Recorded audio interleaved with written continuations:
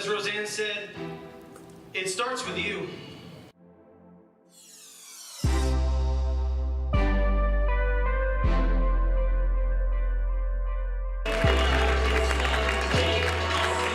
We're a family, we're a team, and I would be nowhere without all of you, and I truly am so humbled and grateful. Thank you so much.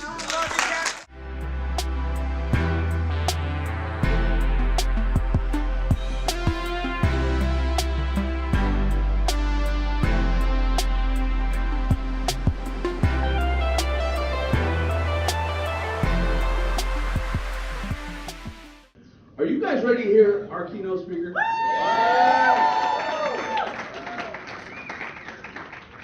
You know, I've known this gentleman for a long time. My father actually graduated a high school that he went to.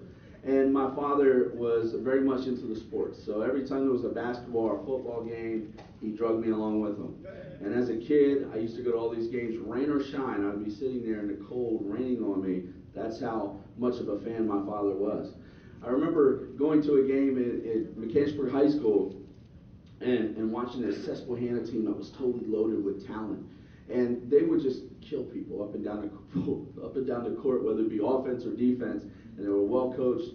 And there was this guy on this team that was the court general, the floor general. He ran the show, you know, and he just went on and had a tremendous career, not only in high school, but then also went on and had a tremendous career in college. And from that point on, he's been pursuing his dream of becoming a professional basketball player. Well, we're very fortunate to not only have this gentleman here to speak today, but to also have him part of our company. He is a senior director with Stream.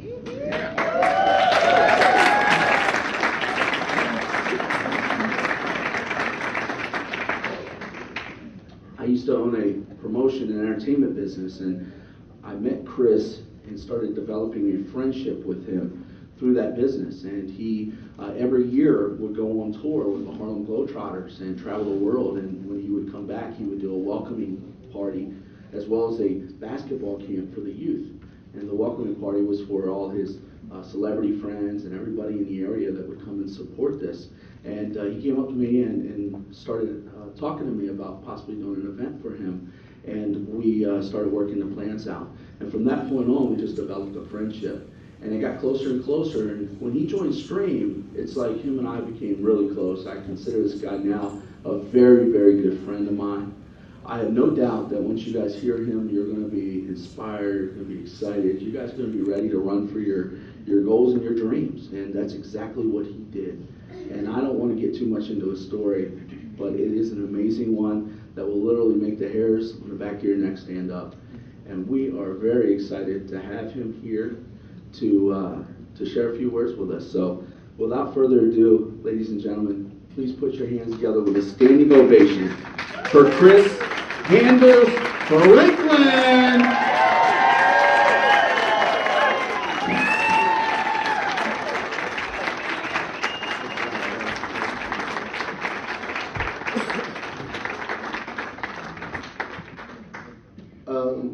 Thank you. I hope I can live up to the expectation. First, you have to excuse me.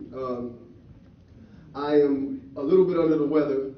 I had a tough trip. See, I was planning on flying directly to Orlando. I was touring in Dubai, and when I flew from Dubai to Frankfurt, Germany, when I landed in Germany for a layover, I found out that Orlando was canceled. So I flew from Germany to Chicago, and it changed my flight from Chicago to come to Harrisburg to be here with you today. So I'm honored to be here with you today.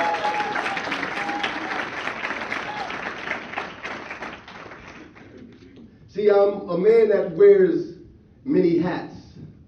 I'm an athlete, an actor, an advocate, an author, an activist, a father, an entertainer, an entrepreneur, an educator, an innovator. I am a go-getter. I am a member of Stream. I am the master of my fate. I am the captain of my soul.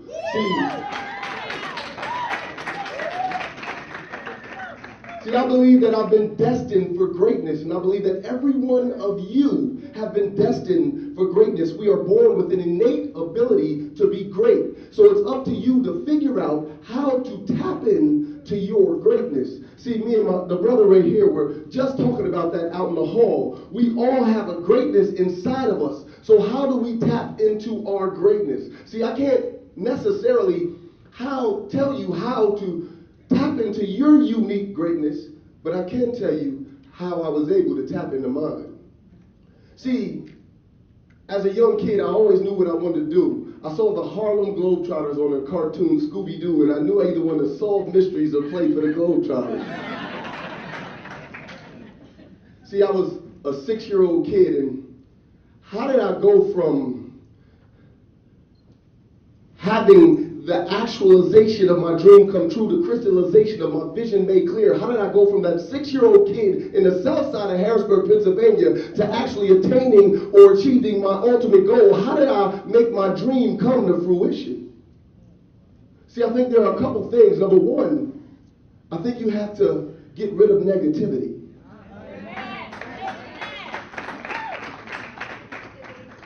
See, I've been able to surround myself with positive people. As a matter of fact, if you're around me too long and you talk too negative, I tend to gravitate away from you. See, as great people, it is important for us to be surrounded by great people. It is important for us to be surrounded by positivity, because when you're around positive people, positive will come to you. And if you're around negative people, negative things will come to you. Amen. See, I never allowed people's negative thoughts or opinions of me define my reality. Thank you, Jesus. I'll never forget when I was in high school, there was a teacher of mine that said I would never graduate from high school. See, I went on not only to receive my diploma, but to get a bachelor's and a master's degree in social work with a concentration in community organization from Lockheed University, also the University of Pittsburgh, respectfully.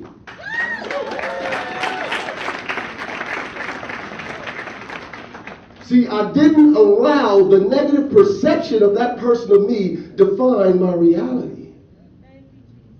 See, I knew I wanted to be a Globetrotter at the age of 6, and people would say it's impossible. They would say there's no way you can become a Harlem Globetrotter. Nobody from our area has become one.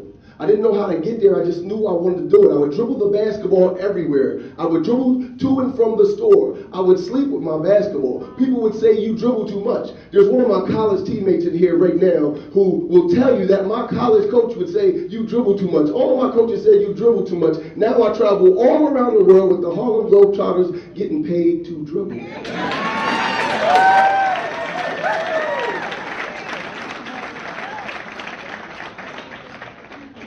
I didn't let the negative perception of me define my reality. See, I'm from Harrisburg, so I try my best to give back to Harrisburg. So when I came back last year, there was a park in uptown Harrisburg at 4th and Emerald, and the park had been messed up for years. And I said, well, let's fix this park. I got the people who had been trying to fix the park for years. They had been asking and asking. I said, let's just do it. Well, they said it's going to be too hard. I said, let's just do it. Well, we renovated that park, and it's now one of the nicest parks in the city.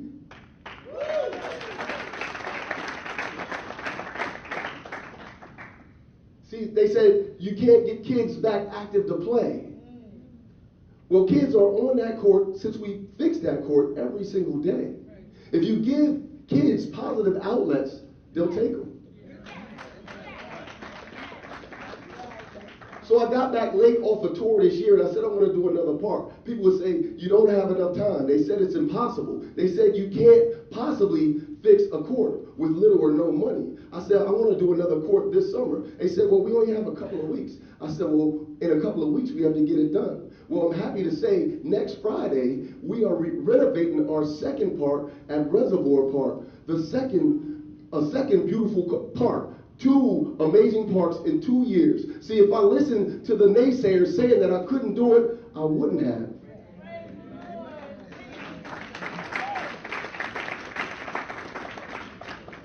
even as I achieved some level of success, I had done all of these national commercials, and I hadn't achieved my ultimate goal of being a globetrotter. I had been known, my face was on television all over from national commercials, and I had wanted to be a globetrotter, and I couldn't figure out how to or why I never got my opportunity to be a Harlem globetrotter. And I would ask others, and they would tell me it's too late. I even asked credible former Harlem globetrotters how I could do it, and they would say, the door's closed. The door's closed, like it's too late. Well, I continued to be the best me that I can be, and eventually the globetrotters came looking for me.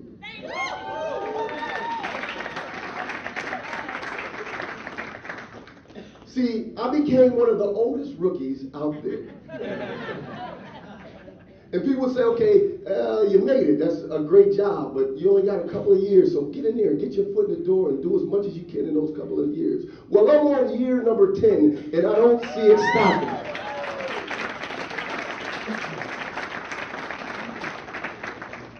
See, it's never too late to be great. I did not let other people's opinion, negative opinion of me, define my reality. I am the master of my fate. I am the captain of my soul. I am destined for greatness. Not only that, I believe that you need to prepare yourself for greatness. Be the best you that you can be. And when opportunity arises, seize the moment. See, now, it amazes me that people, they live in a microwave society. They think that things should happen instantly. They want to get in shape. They eat cheeseburgers every day, do 2 push-ups a month, and want to look like George Cabalas in a week. No, it's not going to happen. See, people say, how did you become a Harlem Globetrotter? Well, it took a lot of practice and a lot of time. I would dribble the basketball everywhere. I would take my ball with me. The hours of work that I put into being a Harlem Globetrotter was infinite. See, not only did I study, not only did I practice as much as I could practice, but I studied. I studied film, every piece of footage. I read every book. I would go to the library every day. I knew routines. I learned about the great Curly Neal and Meadowlark Lemon and Goose Tatum. As a matter of fact, eventually I get to learn from a few. See, I pride myself in being the best me that I can be, waiting for an opportunity to seize the moment. And I'll never forget the opportunity, my very first opportunity to seize the moment. See, I had tried to be a Harlem Globetrotter after I graduated from graduate school, and they kind of told me no. And I continued to work the avenues. I moved to Colorado on a low-level tour team, then moved to New York City. I kind of made a name for myself as a dribbler or as one of the top ball handlers out there. I didn't know it, but I was making a name for myself. I was building a track record, and I got a call to be a replacement for the world's best dribbler contest. This was the day before the event. So it was in Washington, D.C. So I went down to Washington the day before, and I got into this hotel room. It was an event by Nike. And the head of Nike was explaining the rules to everyone. And he gave me 2 free pair of sneakers, a Nike bag, and a Nike jacket. I was set. I didn't care whether I won or lost. And when the heads of Nike left that room, there were people who I recognized from television that had won their respective cities. There was the winner from Atlanta, the winner from Chicago, the winner from LA, the winner from Washington, D.C. They were from all over the world. And it was little old me from Harrisburg, Pennsylvania, a replacement. And there was a guy that stood up. Thank you. There was a guy that stood up. There was a guy that stood up and he said, he was kind of doing his intimidation thing. He said, okay, that person's okay, but we can beat them and we're going to kill that person. They're all right. Then they pointed at me and said, he's a replacement. See, we got to the gym that evening and Nike transformed this high school gym into this big spectacle. There were lights everywhere. It was packed. It was judged by NBA stars Vince Carter, Jason Kidd, Rasheed Wallace, and Gary Payton. So they were out there warming up, doing all these tricks that I've never seen before. And the head of Nike came to me and said, aren't you going to get out there and practice? Aren't you going to get out there and prepare? And I said, no, I'm okay. See, I have been preparing for this moment all of my life.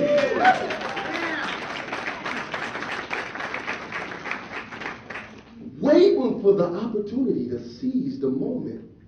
And see, usually this is the time where I bring out a basketball, but unfortunately I hurt my elbow and I can't lift it but so high. But I'll try to describe it as best possible. When I got out of there, when it was my turn, I dribbled the ball and did a little trick and I slid on my knees and the crowd went crazy. I started walking on my knees forward, and then I started sliding back on one knee, and I saw Gary Payton jump out of his seat and cover his mouth. And I started dribbling the ball on the ground, and I got up and started doing all kinds of tricks with the basketball. I bounced it and caught on the back of my neck and made it stop. Like what? I got a perfect score of all 10s, won the entire competition, and my life was changed forever. See, I took the opportunity to seize the moment.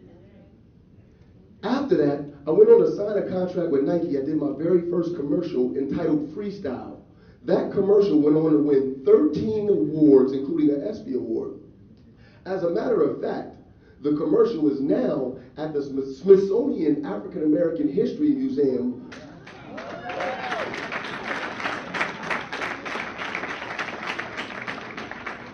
On display forever. I went on to film 5 Nike commercials, including LeBron James' very first commercial and comedian Bernie Mac's very last. See, I had an opportunity to do all kinds of things. I performed in front of millions of people live on MTV with rap artist Jay-Z. I did a Broadway play with LL Cool J. I met with billionaire Warren Buffett 3 times. I ate soul food in St. Louis at Sweetie Pie's on Oprah's own network. I've been on Good Morning America, The Today Show, The Wendy Williams Show, The View. I'm in the Guinness Book of World Records. I even played basketball at the White House with President Barack Obama.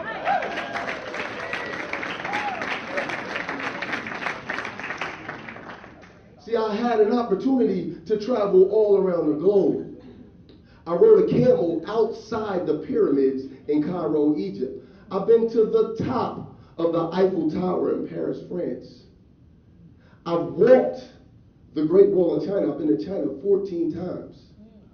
I rode a boat in Dubai. I've walked the shores of New Zealand. I've held a koala bear in Australia.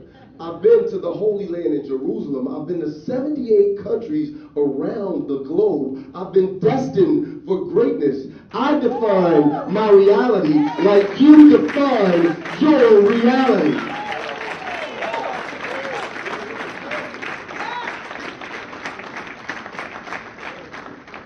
And see, that doesn't mean that you're not going to get knocked down. It doesn't mean that you're not going to have your problems. But as you get knocked down, you pick yourself up and you keep on walking. See, I never forget I had an issue, and my uncle, who's in the crowd, is usually who I call when I have my problems. I don't know why. But I was touring, I was traveling, and I wanted to do something. I wanted to be there for my daughter, and I wasn't able to. And I said to my uncle, I said, you know, sometimes I wish I could be a better father. And my uncle told me, he said,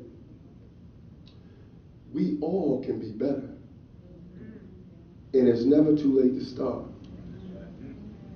See, it's never too late for you to be great. You can be a better father. You could be a better mother. You could be a better spouse. You could be better at business. You could be a better entrepreneur. You can be great. See, it is your time for greatness. Yes. Your goals are achievable. Your dreams are attainable. Stay away from negativity. Be the best you that you can be. And because of Stream, you have an opportunity to seize the moment. Thank you for having me.